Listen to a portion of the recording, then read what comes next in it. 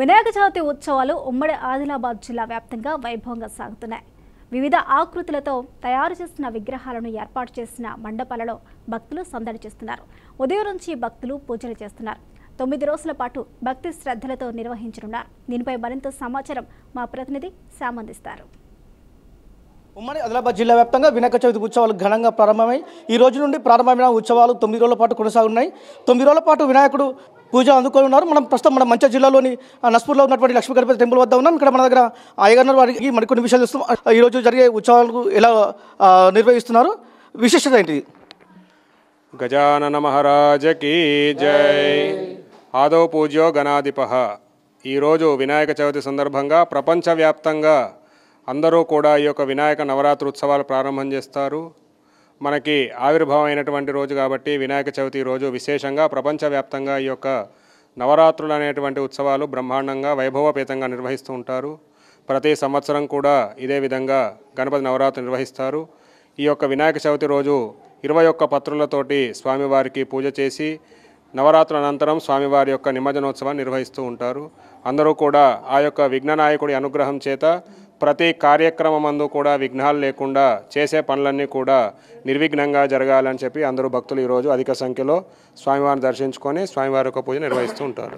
అలాగే ఇక్కడ నిర్వాహకులు ఉన్నారు. నిర్వాహకులు అసలు యాక్చువల్గా మీరు 9 రోజుల పాటు ఎలాంటి పూజలు నిర్వహిస్తారు, ఎంతమంది భక్తులు వస్తారు, ఇక్కడ కోరుకున్న కోరికలు నెరవేరుతాయని చెప్పేసి అంటారు కదా, అది ఎంతవరకు నిజం అసలు?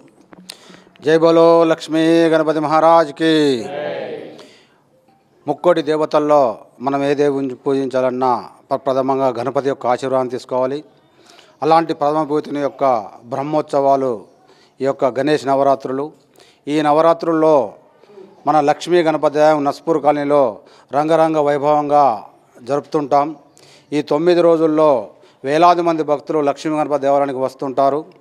ఉదయం 5 గంటలకు గణపతి హోమము, 9 గంటలకు గణపతి పూజ, ప్రతిరోజు మధ్యాహ్నం 12:30కు వేలాది మంది భక్తులకు అన్నదాన కార్యక్రమం జరుగుతుంది.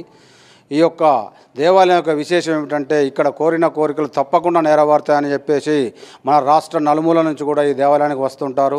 మహారాష్ట్ర, సిర్వంచ, రాజూరా ఇట్లా పక్క రాష్ట్రాల నుంచి కూడా మన దేవస్థానానికి వచ్చి ఈ యొక్క దేవుని యొక్క దగ్గరకు వచ్చి తమ మొక్కులను తీర్చుకుంటుంటారు.